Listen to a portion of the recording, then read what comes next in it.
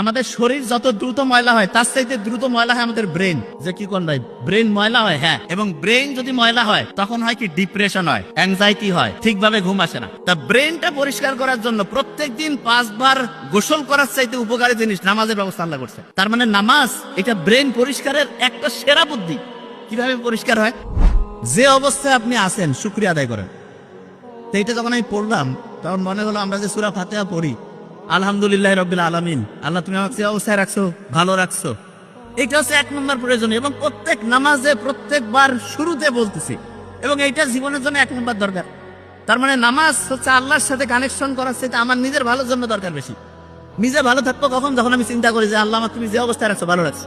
আর দ্বিতীয় কথাটা কি দরকার, সেটা হচ্ছে মানুষ দীর্ঘদিন ভালো থাকতে পারবে, মানুষের ব্রেন সুস্থ থাকবে, মানুষ হচ্ছে উন্নতির দিকে যাবে কখন? যখন কেউ রেগুলার পড়াশোনা করে। কোরআনের প্রথম যে আয়াতটা নাজিল হইলো কি ছিল? প্রথম আয়াতটা পড়ো তোমার প্রভুর নামে, ঠিক না? পড়ার কথা বলছে। তা আল্লাহ কিন্তু নাজিল হওয়া প্রথম কথাটা পড়ার সাথে, কোরআনে আমরা যখন সূরা ফাতিহার প্রথম যে আয়াতটা দিয়ে নামাজ শুরু করে প্রত্যেক রাকাতে, সেটা কি ছিল? প্রথম রাকাতে প্রত্যেকবারে বলতেছি সেটা কি? সেটা হচ্ছে শুকরিয়া জানাচ্ছি আল্লাহর কাছে। তার মানে মানুষের জন্য যেটা সবচেয়ে প্রয়োজনীয় আল্লাহ কিন্তু সেট করে দিয়েছেন।